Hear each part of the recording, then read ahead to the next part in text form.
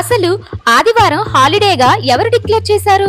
ఎందుకు డిక్లేర్ చేశారు? మన చిన్నప్పటి నుంచి ఆదివారం కోసం వారం మొత్తం ఎదురు చూడడం అలవాటైపోయింది. ఆదివారం వస్తే చాలు ఎక్కలేని రిలీఫ్ వస్తుంది. అయితే ఈ ఆదివారం సెలవు వెనుక పెద్ద కథే ఉంది. బ్రిటిష్ వాళ్ళు మన దేశాన్ని ఆక్రమించిన తరువాత మన దేశ ప్రజల చేత సెలవు అనేది లేకుండా ప్రతి రోజు పని చేయించుకునేవారు. ఇప్పట్లా రోజుకి 8 గంటల పని కాదు, 16 గంటల పని. ఉదయం నిద్ర లేచినప్పటి నుంచి రాత్రి పడుకునేంత వరకు వాళ్ళు బానిసల్లో పని చేస్తూనే ఉండాలి. అలా నిరంతరం పని చేయడం వల్ల చాలా మంది రోగాల బారిన పడి చనిపోయారు.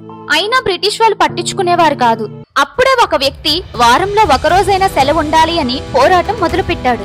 ఆయనే నారాయణ్ మేఘాజీ లోఖండే. మహారాష్ట్రలో థానేలో జన్మించిన ఈయన ఎన్నో ఉద్యమాలు చేసి ట్రేడ్ యూనియన్ ఉద్యమ పితామహుడిగా పేరు సంపాదించుకున్నారు. ఈయన పనిచేసే కార్మికులకి ఆదివారం సెలవు కావాలని కోరితే బ్రిటిష్ వాళ్ళు పట్టించుకోలేదు. దీంతో కార్మికులందరినీ ఏకం చేసి 1881 నుంచి 1889 వరకు పోరాటం చేశారు. బ్రిటిష్ వాళ్ళు చేసేదేం లేక ఆదివారాన్ని సెలవుగా ప్రకటించారు. అప్పటి నుంచి ఇప్పటి వరకు అదే కంటిన్యూ చేస్తున్నారు. ఇంతకీ ఆదివారం రోజు సెలవు ఇచ్చినప్పుడు మీరు ఎలా ఎంజాయ్ చేస్తారో కామెంట్ చేయండి. వీడియో నచ్చితే లైక్ చేయండి, ఛానల్ ని సబ్స్క్రైబ్ చేసుకోండి. నేను మీ జాను.